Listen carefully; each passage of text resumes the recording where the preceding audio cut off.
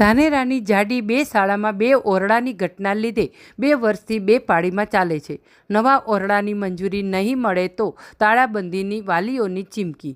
સરકારશ્રીની નમ્ર વિનંતી છે કે તાત્કાલિક આ પ્રશ્ન અમારો સોલ્યુશન થાય, એટલે બાળકોને કોઈ તકલીફ ન પડે એના માટે અમે ગ્રામજનો દિલથી રજૂઆત કરીએ છીએ. અને જો અમારી આ માગણી સ્વીકારવામાં નહીં આવે, ઝડપી એનું નિરાકરણ નહીં આવે તો અમારે ગોધી ચિત્યા માર્ગે જવું પડશે એવું અમને લાગી રહ્યું છે. ધાનેરા તાલુકાની જાડી બે પ્રાથમિક શાળામાં છેલ્લા 2 વર્ષથી 2 પાળીમાં શિક્ષણનું કાર્ય ચાલી રહ્યું છે. પ્રાથમિક શાળામાં 2 ઓરડાની ઘટ હોવાના કારણે બાળકો શિયાળાની કકડતી ઠંડીમાં વહેલી સવારે બહાર ખુલ્લામાં શિક્ષણ મેળવવા માટે મજબૂર બન્યા છે. આમ નવા ઓરડાની મંજૂરી નહીં મળે તો શાળાએ તાળાબંધીની વાલીઓએ ચીમકી ઉચ્ચારી છે.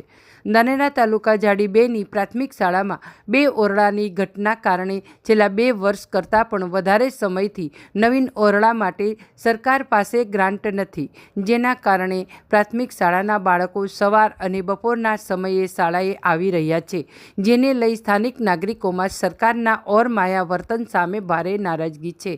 સરકાર અને સરકારી તંત્ર બાળકોના ભવિષ્ય સામે જોઈ નવીન ઓરડાની મંજૂરી આપી નવીન શાળા બનાવી આપે તેવી માંગ કરી છે. આ અંગ સ્થાનિક આગેવાન હરનાથભાઈ ધુડિયા, ભીખાભાઈ રબારીએ જણાવ્યું હતું કે જાડી 2 પ્રાથમિક શાળામાં મધ્યાહન ભોજન પણ 2 ટાઈમ બનાવવું પડે છે. આ સિવાય અન્ય કાર્યક્રમોથી પણ બાળકો વંચિત રહી જાય છે. Bureau report, street news, Banaskantha. અમારે જાડી 2માં 7 ઓરડાની ઘટે ઝડપી ઓરડા પાડી નાખ્યા.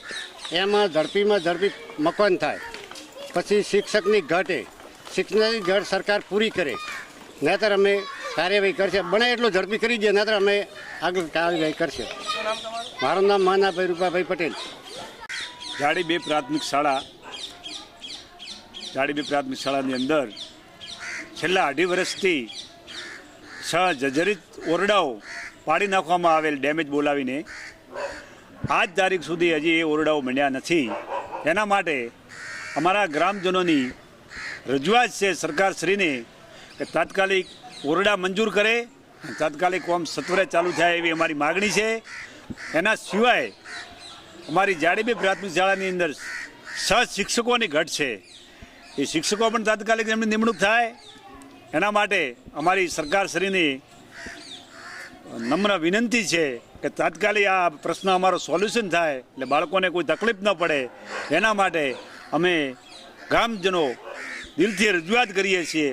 અને જો અમારી આ માગણી સ્વીકારવામાં નહીં આવે, ઝડપી એનું નિરાકરણ નહીં આવે તો અમારે ગોધી ચિત્યા માર્ગે જવું પડશે એવું અમને લાગી રહ્યું છે.